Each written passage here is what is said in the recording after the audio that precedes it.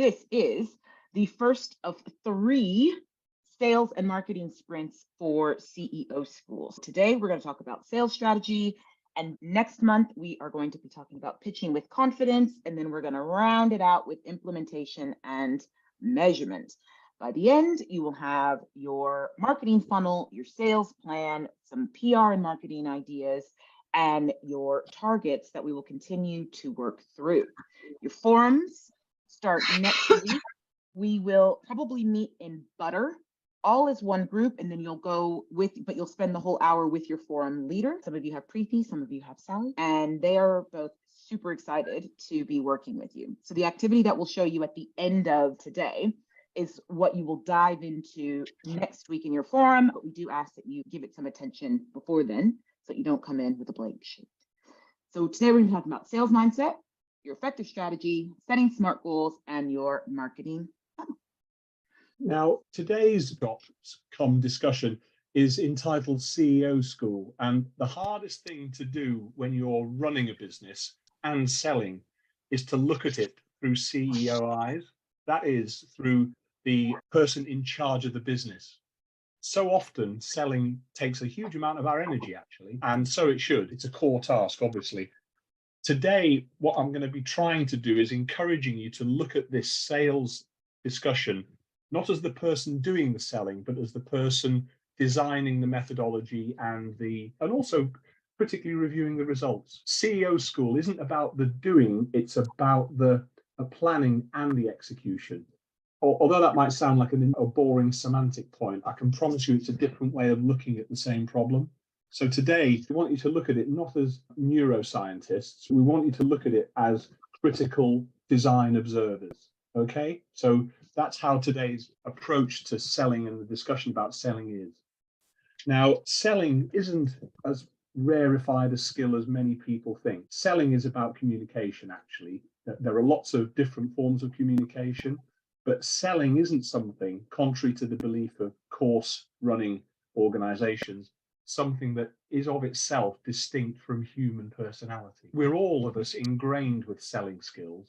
It's a communication style, and therefore do not worry if A, you don't find selling the most exciting thing in your business. It could be the product, it could be something else about it. Selling is about communicating. So I would say be confident that if you can understand and describe your product and what it does, you are capable of selling it. And a lot of people feel, oh, I'm not a natural salesperson, and therefore that makes me a weakened individual. I disagree with that, actually. Selling is very much about establishing a relationship that culminates in mutual trust. And mutual trust is a skill that we learn in the playground. So long as you learn how to talk to people, get them to lend you the tennis ball for 5 minutes and then gave it back to them, trust building is where selling is rooted. Now, the problem that, again, people often accidentally misread is that in business, there is no motivation to buy something, perhaps apart from some sort of strange quirk, just a sheer acquisitive urge. But 99.9% of business transactions on the part of the purchasing individual are problem-solving decisions. So it's a good axiom, again, when you're thinking about talking to people, go into it with the understanding that they're only going to part with money if you solve a problem for them.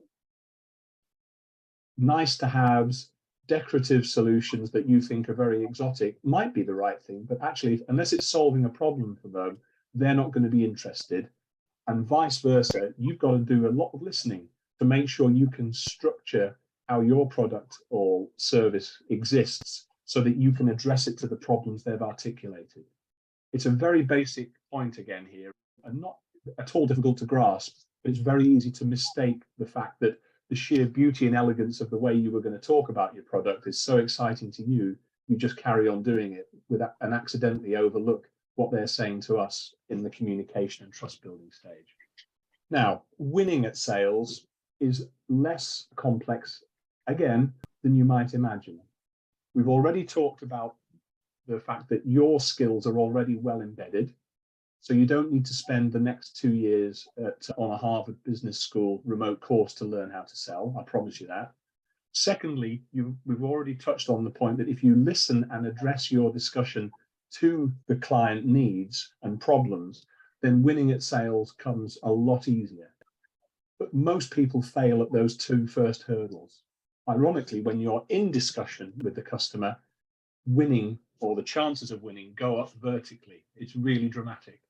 So how do you win at sales? Understanding the customer's needs, problems, and status are the beginning of a great conversation, either remotely, electronically, or face-to-face. Being curious is an interesting way of learning a great deal about a customer's situation. I was once told many moons ago that if you wanted to get a disinterested or disengaged person talking openly and freely, the easiest thing to do is to talk to them first of all and say, oh, how did you get into this business, Mrs. X or Mr. Y? What excited you about this business? And before you're 10 minutes into a conversation, you know their kids' name, they all play netball or football, and suddenly you've moved from never knowing each other to actually in a conversation where you're starting to like each other, which is the progression you want to move on.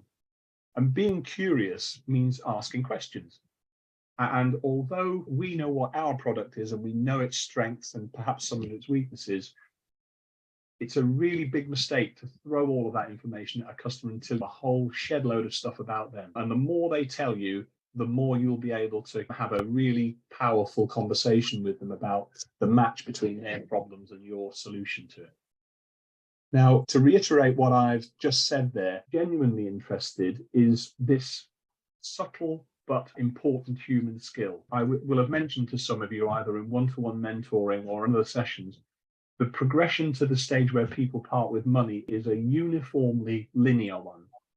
And whether remotely or in person, it goes from knowing each other, progressing to liking each other, and don't misunderstand the value of that. Human liking each other, trusting each other, and then lastly buying. And that's where commercial exchange takes place. Now, we all know the skills of getting to know people, whether it's at a parents' evening, meeting somebody you didn't know, or the spouse of somebody at a party, or wherever it is. If you've actually got the interpersonal skill and the headspace in the moment to just have a conversation, driven as much by them as you, that genuine interest really helps provide a foundation to that liking phase. And that's why genuinely interested is in this phrase. If you're just there asking routine questions in a very ABC way, it will feel like that. Humans are very good at picking up subtle interaction. And therefore, if you've got a thing in your head of what I want to ask, turn it into a conversation and be comfortable for it to go down rabbit holes and come back out again. Because that genuine interest in other people really helps them to like you, because it projects you like them. And you will not sell anything to somebody who doesn't like you. It's impossible. So it's not, let's try and get past this phase. You have to cross that bridge during the conversion discussion. Now, behind the human interaction, which we focused on a little bit so far, you've got to have a methodology going on quietly, whirring around inside your brain, almost like an ABCD of what's going to be happening here. The secret sauce we all have, you all have it, is basically built on you having a clear vision for what your business is. And that vision expresses itself in passion. Now, usually people cannot be passionate about something if they don't have a deeply rooted vision. We'll talk about vision in other segments of this CEO school in more detail. But in principle, if you've got a passion for your business, you've already got a vision for what it is and what you want it to be. Allow that to come out in the conversation. Resilience means the ability, in this context at least, to deliver your promises, be there for the customer and meet expectations and where possible exceed them. So resilience isn't something you can learn off the shelf.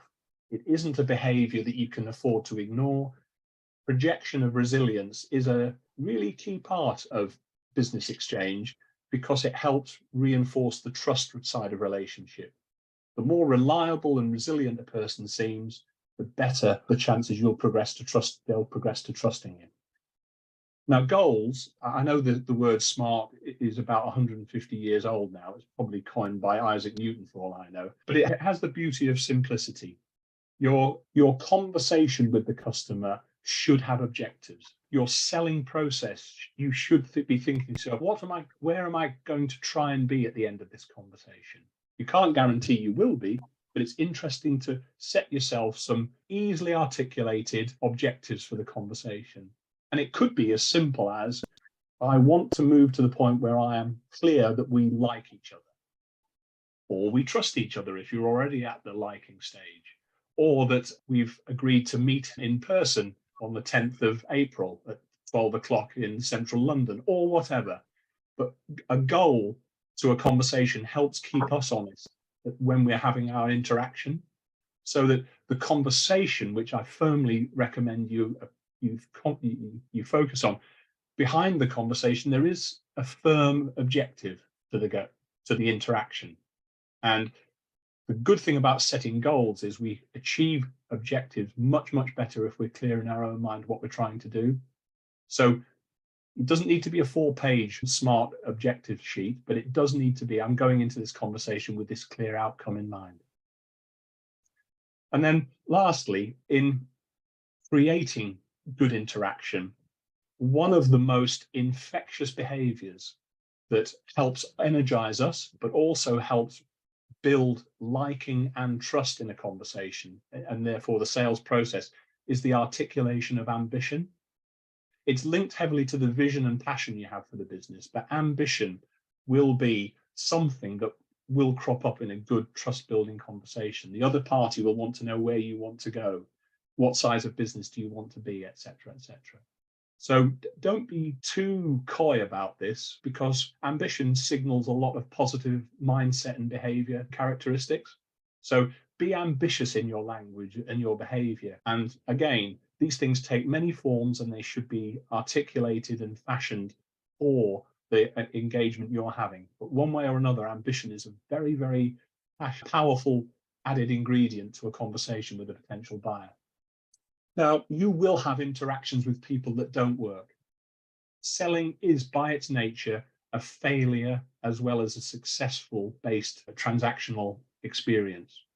In fact, in service selling, if you can get one successful conversion out of 5 interactions, you're doing very well. And in a product sale, I'm thinking particularly here, Sam, of you, things are slightly more about the nature of the product and what problems it solves.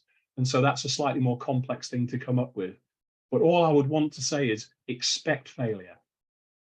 Expect failure in your sales interaction, because that is natural and it's normal and it's part of the process. Where it gets really difficult is when you're in a highly competitive space. This happens very much in a large B2B environment where there are 10 very good companies all competing for the same thing.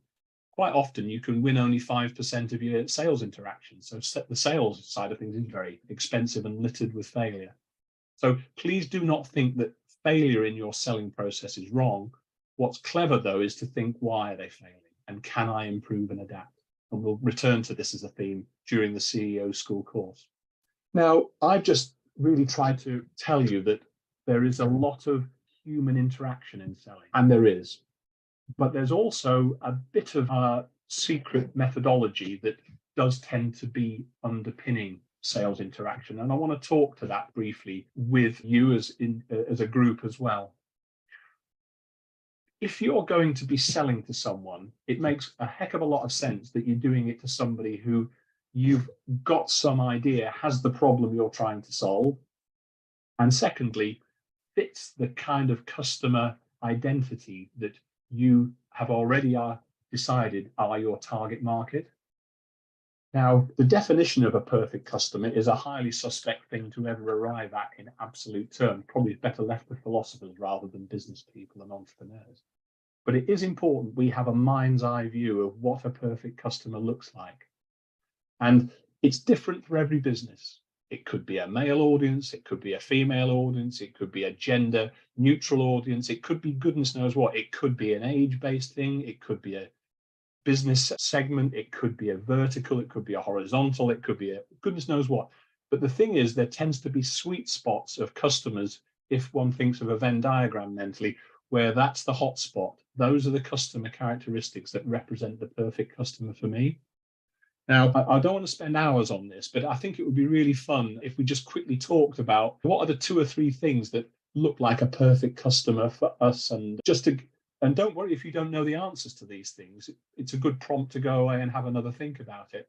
I don't know, Becky, whether in your mind you've got 1 or 2 characteristics that really stand out in a perfect customer for your business. Yeah, that's a good question. I do. So because I work across the nonprofit sector, I don't tend to narrow myself specifically by the type of charity or nonprofit they are, although I do have emerging areas where I work in more commonly than others. Typically, I look for somebody who has a little bit of budget for external support. So I know that they're probably going to be upwards of about £300,000 turnover, and typically my biggest clients quite large, but an average charity that I might work with might be around the sort of £500,000 to £2 million turnover. So they're small enough not to have the resource in-house, but large enough to have budget to pay for it. And then I have pro bono clients, or clients that I might charge a smaller amount to, that may be very small, very in need of our services, but can't afford to pay like the list rate. And I give myself a budget for how many of those I can help. So we don't have to. Brilliant. And Alice, Jane, Sam, listening to Becky there, 1 or 2 of you were nodding. You already start to get a feel for the sort of customer she's talking about there. Can you get a mind's eye picture of what Becky must have in her head? I think, Becky, you did a brilliant job of just defining who it is that you're trying to help, and things about turnover and stuff, that you know exactly where they are at in their journey is building as a charity, and when and how they're going to have budget and stuff like that. It's brilliant.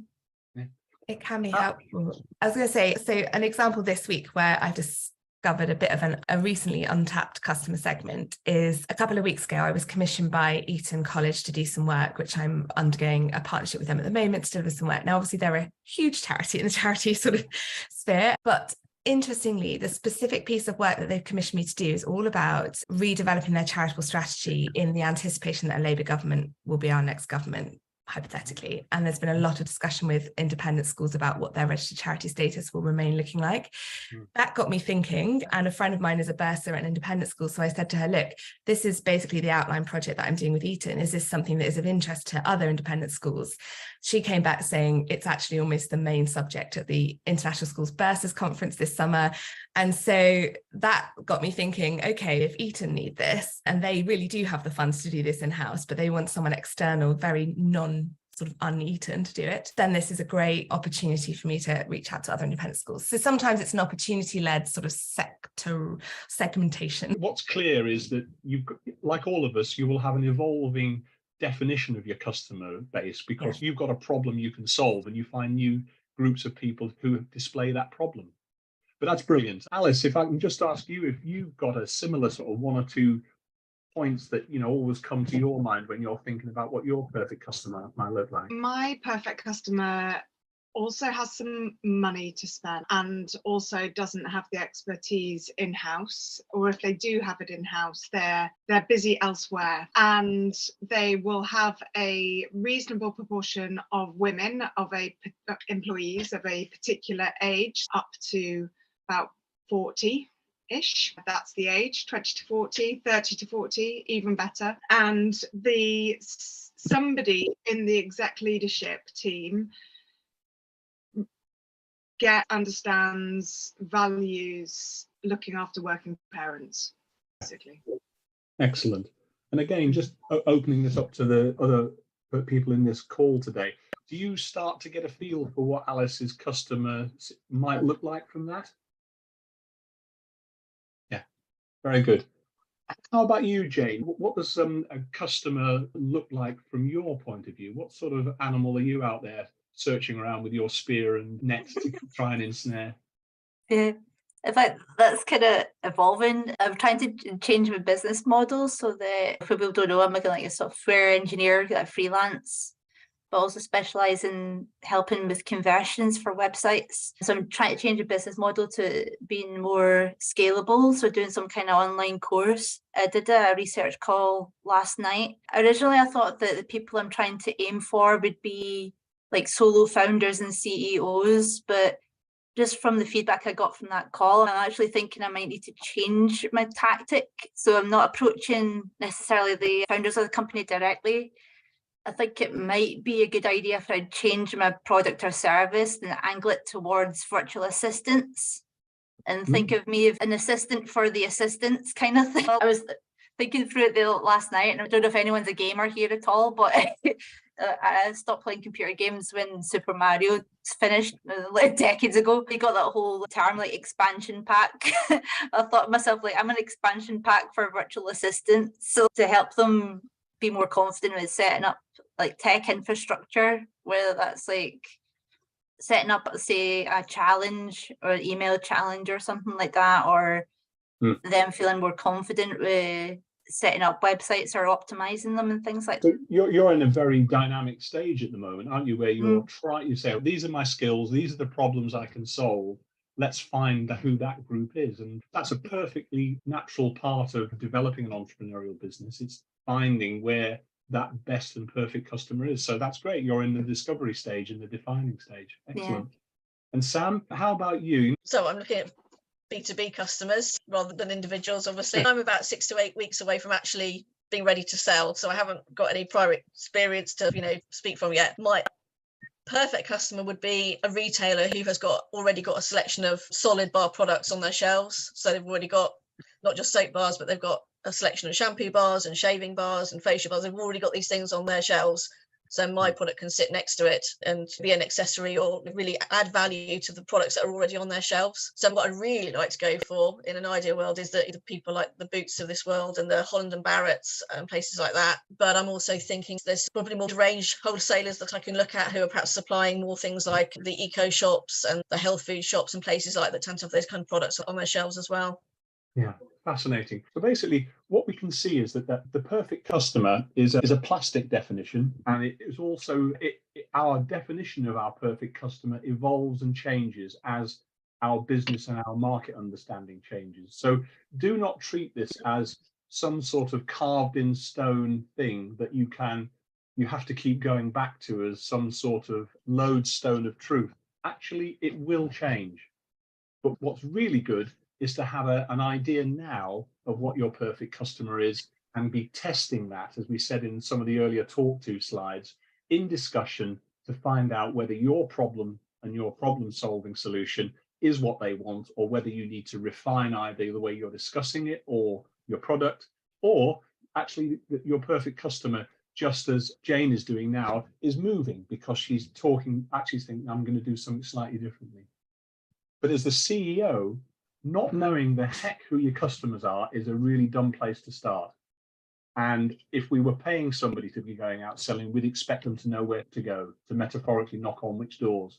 So if we're in a small business, we need to be clear that we have some grasp on this. Otherwise, we will just be throwing mud against the wall like a muck spreader and exhausting ourselves without much chance of good outcome. So a lot of good sales activity is founded on understanding who's on the other side of the table.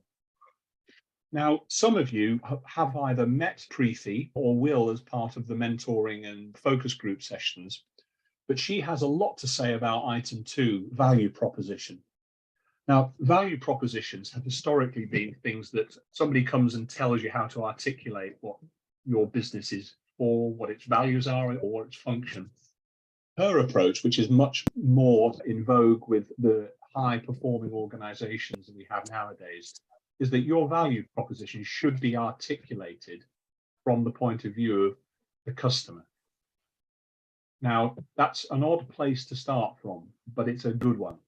So if you're trying to talk about your business, you should be doing it standing in the shoes, in your case, Becky, of the Eton Bursar, or Alice in the director responsible for the services that you want to sell into a business, or for you, Jane, into the virtual assistant. What's her life or his life like, and what's wrong with that, and what problem can you fix in there? Or Sam, what eco-range bathroom purchasing manager, what's their world look like, and how do I address their problems? Now, there's literally no point in saying something that's not relevant to them. Value proposition is not the same as the vision of your company. That's your internal view of what you're trying to do. but the value proposition is very much, what problem am I trying to solve for the customer?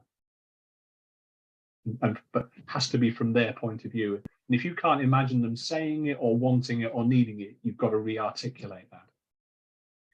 And really, the point about item 2 on this slide is that it makes you think really hard about the customer problem from their perspective.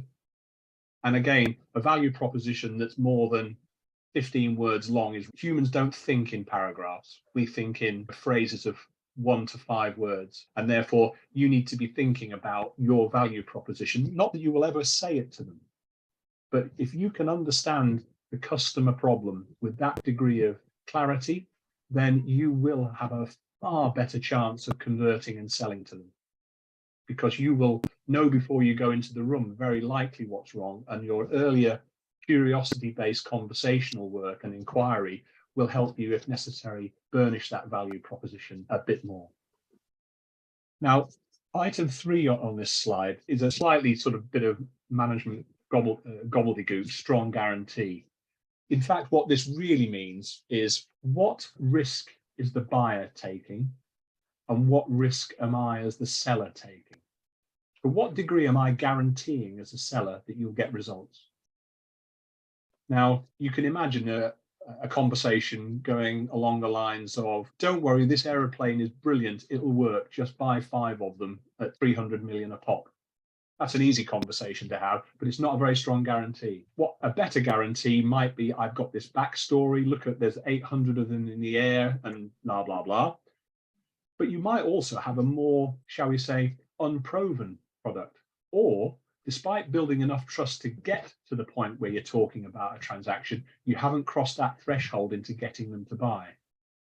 And quite often with small businesses, it helps a lot if you're prepared to share the commercial risk of them buying in the early stages. And that could be either through the form of deferred payment. So it could be the upfront payment is 20% of the fee, the completion of project is a further 50%, and the remaining 30% is 2 months after on results or something like that. People feel like I don't suggest that's necessarily relevant in either numbers or methodology to you, but getting the customer to feel that you are so confident or so mature in your understanding of their position that you're prepared to share the risk of the transaction with them projects a strong trust building behavior. And therefore it might not be relevant to all businesses, but it is true in a lot. And whether it's small organizations or large, I'm involved with a very large construction company at a director level, and we don't blink our eyes if there's a retention. Sorry, the overall contract might be worth 500 million. We think nothing that 50 million won't be paid for 3 years after the building's finished. That's a heck of a strong guarantee, isn't it? A 10% discount if it doesn't work out the way we said or whatever. That's the entire profit on the project. So we're saying really we're deferring the entire profit on the project for 3 years. That makes the customer think, right, these people are going to do a good job. So anyway, strong guarantees, however subtle, small or large, make an impression on customer behavior. And then lastly, another behavioral thing that matters a lot, and I'm sure you all know it either from observing it where people are dealing with you or you've seen the results yourself. The two things that really resonate when you're in competition with somebody to sell a service or a product are the speed with which you respond to inquiries from the customer and the quality with which you respond.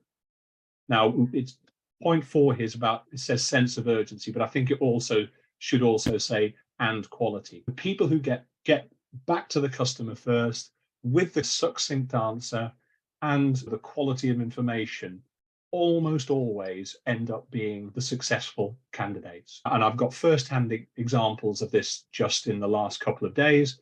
One of my clients sells a lot of consumable materials into the aeronautics, marine and automobile. This is a sort of like luxury end cars and Formula One to build and construct the cars.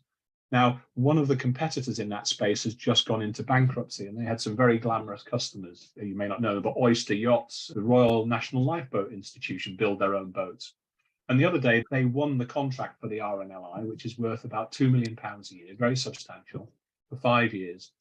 And we met on the morning that liquidation of the other company was announced, which came out about 10 a.m. We, from all of our different parts of the globe and world, we met online. We agreed what the big clients were, and we reached out to all of those big clients by midday. We got our response back first. We helped them with some problems they had, and we've just been awarded the contract after working all through the night and everything a couple of before the weekend to get a successful and professional offer put to them. But all along the way, we were told yesterday we were first to respond.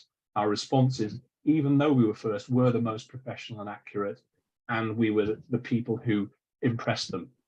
So that sense of urgency made not a small difference there, it made all the difference. And I know that to be true from my own experience. And I can see you all nodding. You've obviously behaved like that when you're buying stuff from other people. It's just human behavior, isn't it? So urgency matters a lot. Leaving it till next Wednesday might not be the best way of dealing with a customer inquiry. Okay, so if we can ping on then. Now, you'll probably all recognize this as part of the New Beginnings program, but it's also part of the Always Part of Our Business program as well. Now, if we're thinking about sales and the next 12 months, it's always interesting to review as CEOs, what are my organization's what are the key objectives we have? In other words, what is our strategic goal on sales? And it might be interesting just to chat for a couple of minutes about what our key sales goals are at a strategic level. I don't know, for example, Sam, whether you've even begun to put a number at what you would like your sales number to be in the next 12 months, or what sort of goals have you set yourself, if any, for sales in the next 12 months? Oh gosh, I keep tinkering around at the moment with cash flows that only go up to July, quite frankly. Yeah. I think I've been so focused on just getting everything ready to actually go and sell. I have put some numbers together, but I just feel like they're not completely plucking numbers out of the air, but with no trading history, it's really hard to know, and it's a completely different product. I just don't have any concrete information to say whether it's even vaguely realistic. It might be completely underselling, or maybe this will be hugely successful and my numbers are completely underrepresenting what's possible, and I just don't know at the moment. You're certainly at a very early stage in your product development, aren't you? You're ready to go to market almost, aren't you? So yeah, the product, at least the initial phase of it, because I'm trying to get to a point, and I'm nearly there, where the product is something I can go and present to customers, to have those early conversations that you were talking about at the beginning, to get their feedback, because I'm fully expecting that there will be some feedback and I'm going to have to tweak things to suit what they say will actually sell. That's kind of my mindset at the moment.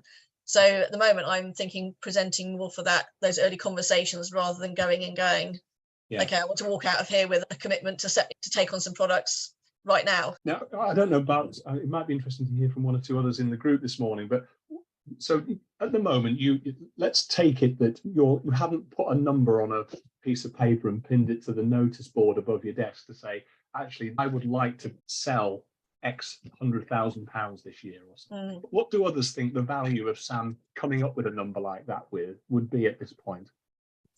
I would really encourage you to do it, because I've got my old New Beginnings, which is now, so I was New Beginnings September 21. What's that, 18 months ago? I've got my scribbles on my whiteboard right by my desk, and I didn't know what numbers to put down. And I remember I said to Nigel, I just feel my brain is much more academic. I wanted to be really realistic, but so I was getting caught up in how do I do this? And I remember just being like, just put some numbers down, just get them down, even if it just feels a bit crazy. I actually think there's something really powerful about having there and having it, looking at it. I've exceeded those goals each year. And I think that's a lot to do with having something you're aiming for, understanding what output needs to look like. So how many clients is that, and what average spend is that to get there? And then that drives your conversations and how many conversations you're having. So I would really encourage you to put a number down. And for me, I think I felt that was hugely ambitious. So it's really encouraging to see that actually we've exceeded that each year. So about to tick off the next one. I have a little green pen and I tick it when I get something on my side. But yeah, I think that it's okay if you don't get it, because you'll have made such huge progress. But I'm quite amazed at the power of having a number. That's interesting. And actually, it's interesting what you just said about breaking it down, and what you said about Becky. Well done, by the way, that's amazing. But yeah, that's interesting what you say, because there's the real world impact I want my product to have. Taking like financial forecasts out for a moment, there's what I want to achieve in a real world sense, and then trying to backtrack that into numbers. And it's actually, I say I've done nothing. At one stage, I did think, well, how many of these boxes would I need to sell per month in a Waitrose, for example, in order to do that? So I perhaps need to try and connect that all a little bit better together, maybe. Again, that's good to hear. That's encouraging to hear as well. And I think it's lovely to hear that story, Becky, and it's repeated every single time. You will all get the same powerful turbocharge from it, I promise you. The reality is these numbers are not for your bank manager. They're not even for your spouses or whatever else. They're for you. And those numbers can be what you want them to be, and you can change them, and you can exceed them, and you can underachieve them because you've decided to do things in a different order, in a different pace, at a different way. But those numbers are your friend, because what they are is they're a motivator. We're all competitive people. You wouldn't be an entrepreneur unless you actually had a dynamo inside you driving your energy and resources. Pick a number for the next 12 months for sales, and that will help you as we go through the program of CEO School. It will help you drive the actions you need to take to achieve it. And just as Becky's highlighted, and you've also talked to, Sam, it makes a lot of other things fall into some sort of structured thinking then, doesn't it? If that's the key thing I'm trying to get to, let's say £200,000 of sales in the next 12 months, what would that really mean? And so that, anyway, that's very interesting. I would say, if I expand on that point a wee bit, I remember a few years ago made a goal for myself, which was mortgage free by 40. I didn't Hello, achieve Sarah. that. Hiya, hello. But act of kind of like me declaring that was useful. I follow somebody online, it's like Mariah Cause. I think she explained it well, and that when you make a goal like that, doesn't necessarily matter if you achieve it or not. It's more about how it helps you, like kind of what Becky was saying, it helps you to focus on what's a priority for you, what you want to see in your life, what are the outcomes that you really want to do. Well, I would love to be mortgage free. I'm not there yet, but you know, it made me realise that's important to me, and it's a real sign of progress. Yeah, I think you're right, actually, Jane. And I think I perhaps have not yet applied the right mindset to the sales side. I think exactly, actually, you've hit the nail on the head, really, Jane. With if I think up to this point, I was working going, I need to produce a product, and this is going to take a lot of upfront investment to achieve it. And I knew the amount of money that I had personally to put into this, and I knew it wasn't enough. So then it was going off thinking, well, how can I achieve the goals that I need to get to this point, given this is the amount of money? What other ways? And I've spent a lot of brain power rejigging things, conversations with people, finding cheaper ways to do things, different ways to do things, supplementing with grants, lots of different ways, because I knew that was the goal, was I had to have these certain outputs product wise. So I think you're right, it's that mindset, and I probably now need to start applying it to the sales process now. Alice, do you have any sort of shared experience on, okay, that's a number and that's what I'm trying to do? Is that the way you look at what you're trying to do over the next 12 months? I'd love to say yes, but I'm hopeless at it. I can 100% see the value and power of it.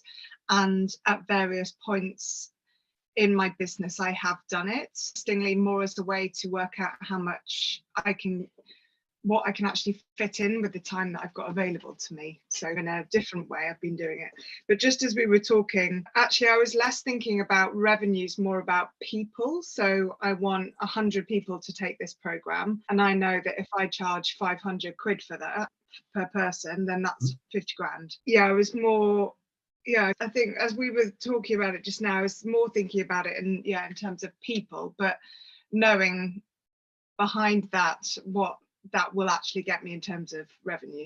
Yeah, excellent. Sarah, great to see you this morning. We've been chatting about selling basically, and we're at this point where we're saying, okay, what's our sales goal for the next 12 months? People have talked to that point. I don't know whether you've got a clear sales objective, either articulated like Alice in terms of quantity and at a price, or as a number written on a post-it note stuck at the top of your monitor or whatever. Really good question. Yeah, my head's been imploding trying to do that. No, I haven't, and I should. I feel like I'm at and I was talking to Alice about this the other day, I feel like I've reached a really good point with the business in terms of I've changed what I'm trying to do. I've got a really clear idea of what my clients are. I now need to start converting all of this into actual paid work. Not all, I've got other paid work, but I want it to be in this sphere. So I don't know how to set myself a target for a new territory to be honest. Maybe it's more about contacts and like talking to people at this stage rather than conversion. I don't know, because I start feeling a little bit sick when I start setting myself big goals from a standing start. I don't blame you for that sort of mild queasiness, because actually it's starting to make, shall we say, a bit challenging pressure take shape, isn't it? And that's a daunting thing, and it shouldn't be underestimated in the mental side of running a business.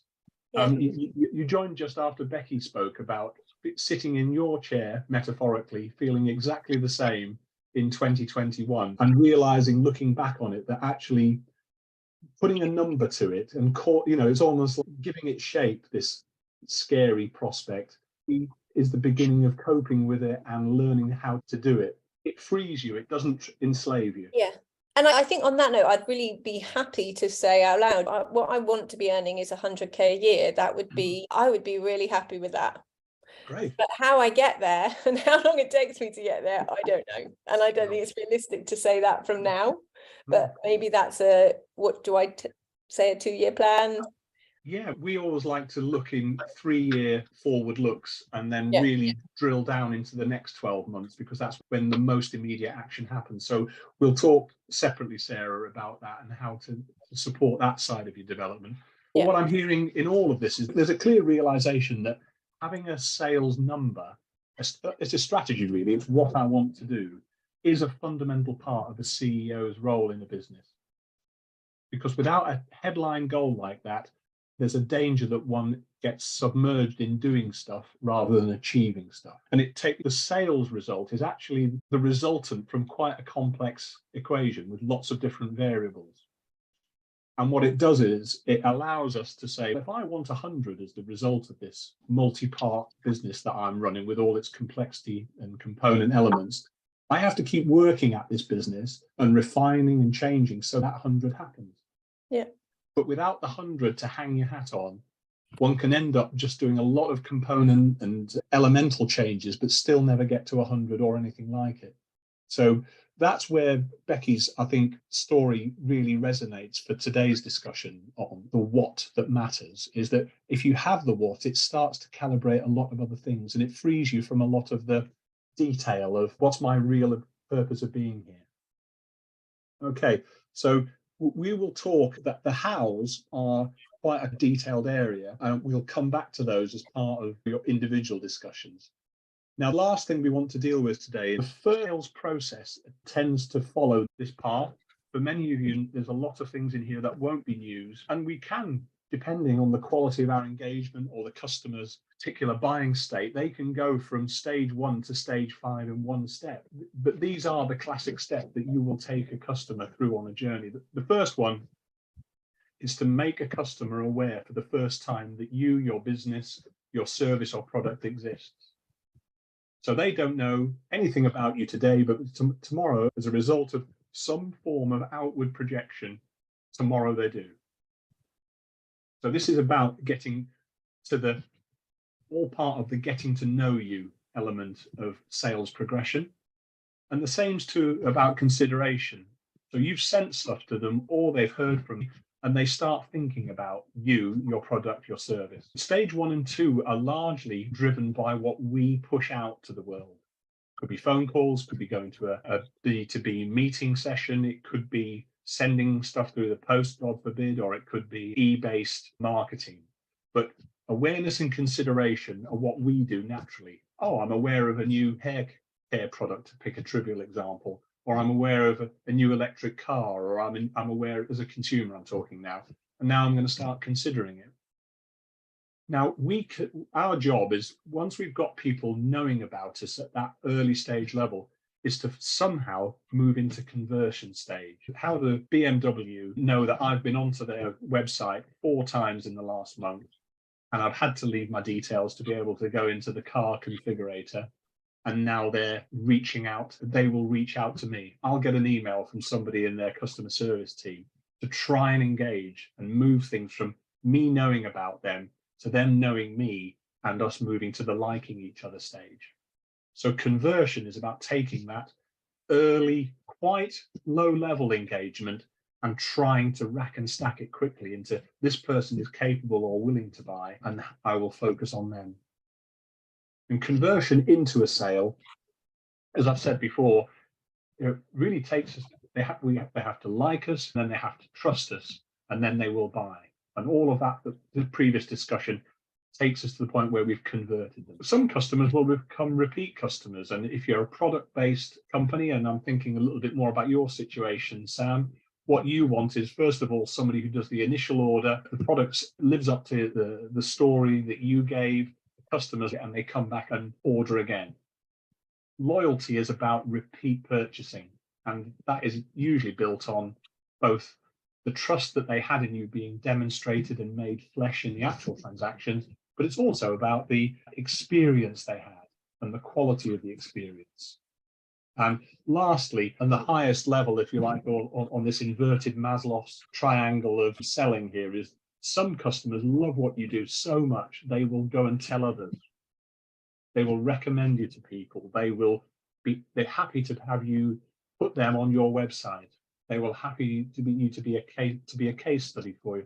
Those sorts of advocates are rare, but not impossible. And those are like turbochargers to your sales funnel, because when people are in the consideration stage and you're engaging with them in the conversion stage, those advocates can be massively important.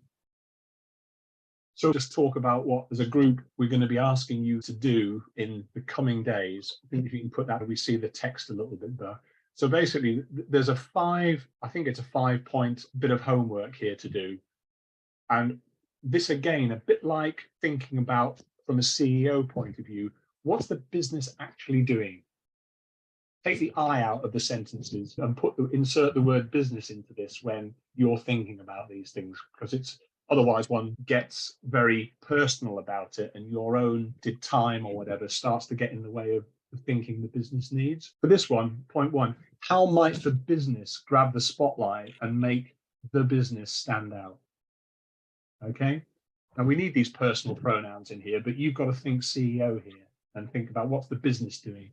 And what collaborations, what attention grabbing activities, what social media, if you find that as a tool. This is all available to you and will be circulated, so you don't have to make notes on this. From a consideration point of view, how might my business maintain a connection once they've discovered the business?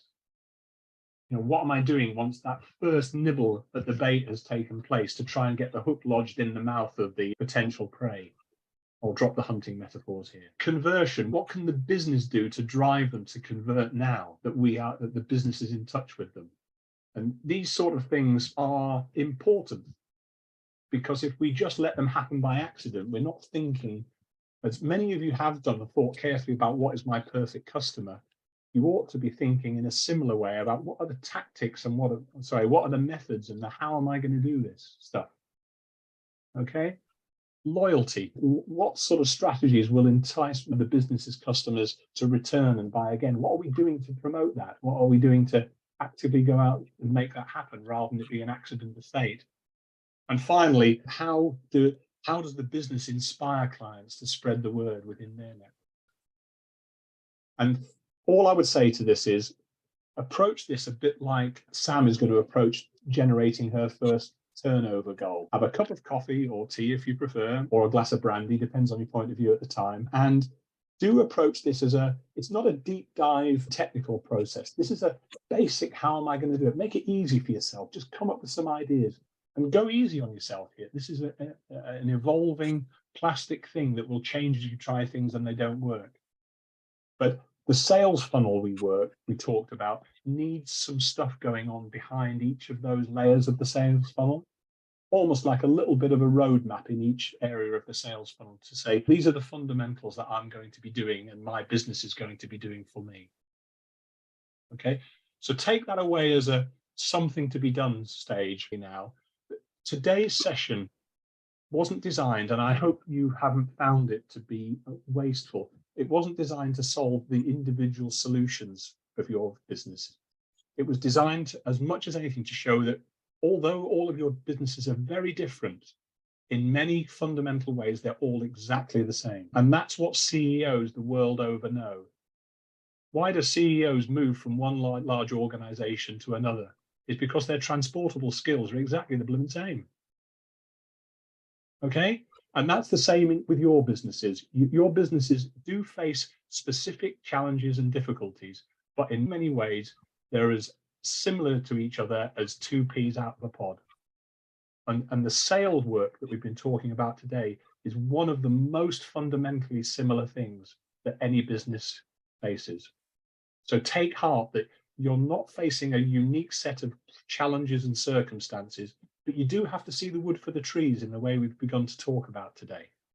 Because if you can see the wood for the trees and follow some of the thinking and the methodology we've talked about today, you will be behaving like a good CEO.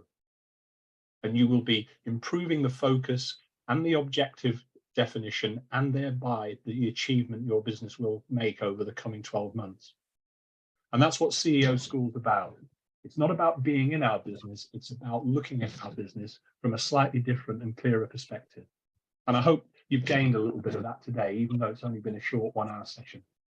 Are there any other quick questions or points? All right, thank you very much, Nigel. So I just want to quickly recap. So the Your Perfect Sales Funnel is a little bit of homework for you to do. We do ask that you spend an hour or so, 30 minutes, whatever you think is appropriate, to think through some of these ideas, start to brainstorm, how can I do that? And then you're going to dive in deeply in your forum group on the 30th for the full hour to actually put some ideas down in pen. Can you also ensure that you bring in your targets?